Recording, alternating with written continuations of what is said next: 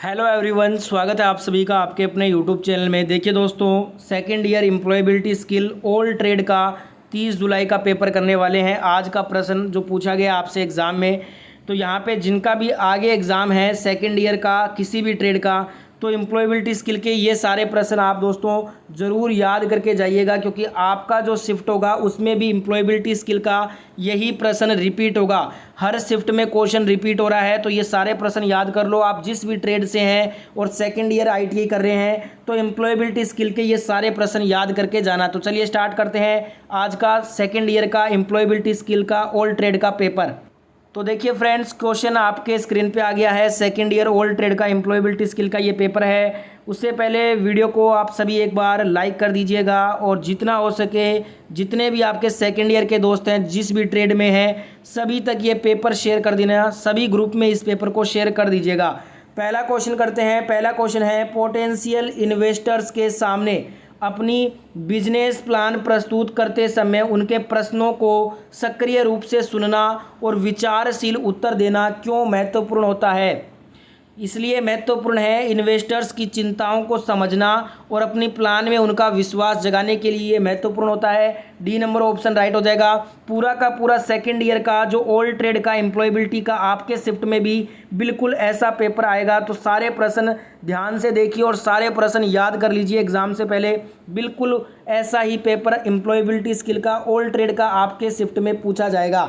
अगला क्वेश्चन है, आपका समुदाय प्लास्टिक अपशिष्ट को कम करना चाहता है। इस समस्या को हल करने के लिए नए विचार खोजने के लिए आप डिज़ाइन थिंकिंग का उपयोग कैसे कर सकते हैं? प्लास्टिक का कम उपयोग करने के तरीके खोजने के लिए दुकानों या आसपास के लोगों के साथ मिलकर काम करके। ये ऑप्शन आपका राइट आंसर होगा। फटाफट से सारे क्वेश्चन करवाऊंगा आपको। अगला क्वेश्चन है, यदि आपके सहकर्मी आपके प्रोजेक्ट विचार से सहमत नहीं है तो उद्यमशीलता की मानसिकता के साथ इसे संभालने का एक अच्छा तरीका क्या होगा? फीडबैक मांगकर और उनकी मदद से अपने विचार को बेहतर बनाना चाहिए। Ask for feedback and make your idea better with their help. D number option right हो जाएगा।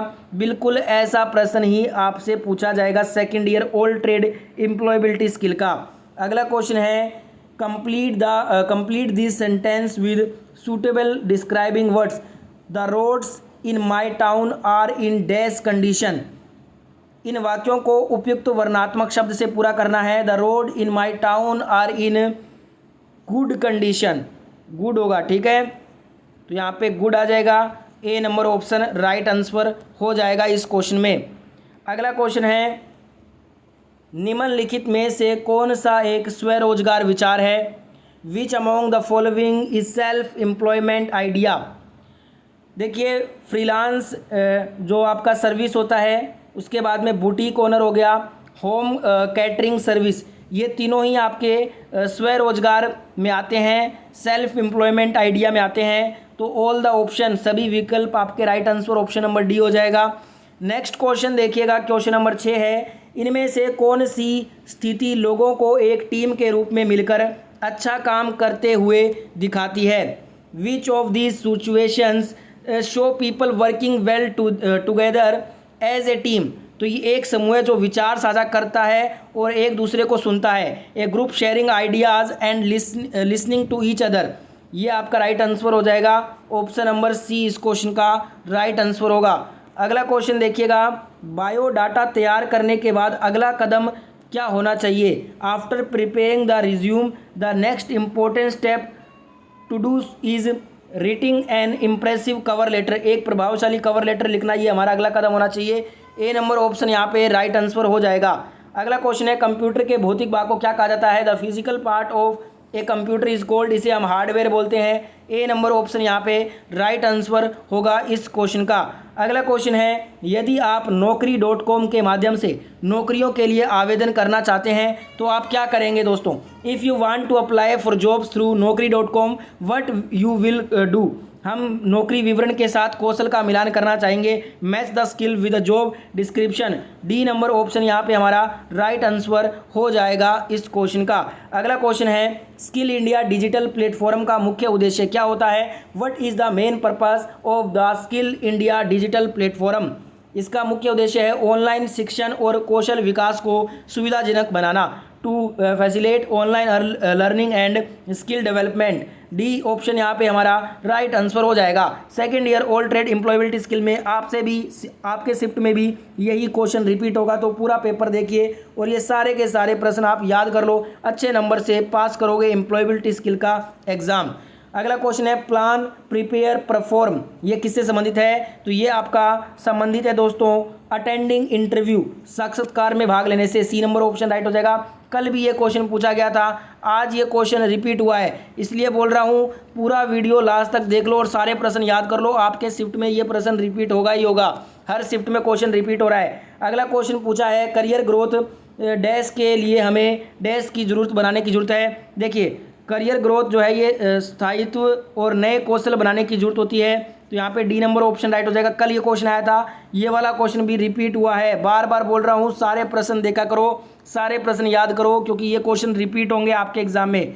अगला क्वेश्चन है आपके मोबाइल फ़ोन से स्क्रीन कास्टिंग के लिए कौन सा ऐप सबसे अधिक उपयोग किया जाता है? मोबिजन। सी नंबर ऑप्शन यहाँ पे राइट आंसर हो जाएगा। अगला क्वेश्चन है फर्नीचर निर्माण कंपनी में मानव संसाधन का वर्णन कीजिए। What describe human resources in a furniture manufacturing company? Its employee, इसके कर्मचारी। ये option C number option right हो जाएगा। अगला क्वेश्चन है प्रवास करने से पहले विचार करने योग्य महत्वपूर्ण कारक क्या होता है? Important factors to think about before migrating, जीवन यापन की लागत, cost of living. B number option यहाँ पे हमारा राइट आंसर हो जाएगा इस क्वेश्चन का। अगला क्वेश्चन है निम्नलिखित में से कौन विश्वसनीयता के सेल्फ मैनेजमेंट स्किल का सबसे अच्छा वर्णन करता है? Which of the following best describe the self management skill of reliability. तो यहाँ पे लोग हमेशा आप पर भरोसा करते हैं कि आप अपना काम अच्छी तरह से करेंगे। People always trust you to do your job well. D number option यहाँ पे हमारा राइट आंसर हो जाएगा इस क्वेश्चन में। अगला क्वेश्चन है किसी स्थान तक पहुँचने के लिए हम खालिस्तान का फॉलो करने के लिए गूगल मैप्स का उपयोग करते हैं। We use Google Maps to follow the dash to reach a place. Direction के लिए हम फॉलो करते हैं, गूगल मैप को यूज़ करते हैं। सी नंबर ऑप्शन यहाँ पे राइट आंसर हो जाएगा।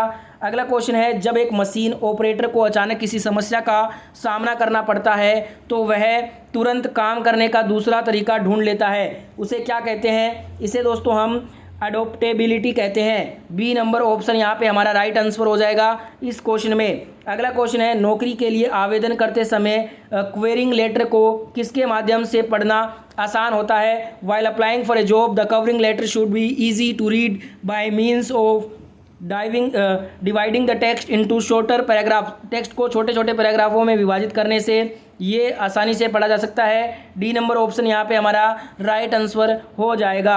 अगला क्वेश्चन देखिएगा निम्नलिखित में से कौन सा ग्रीन प्रैक्टिस है? Which of the following is a green practice.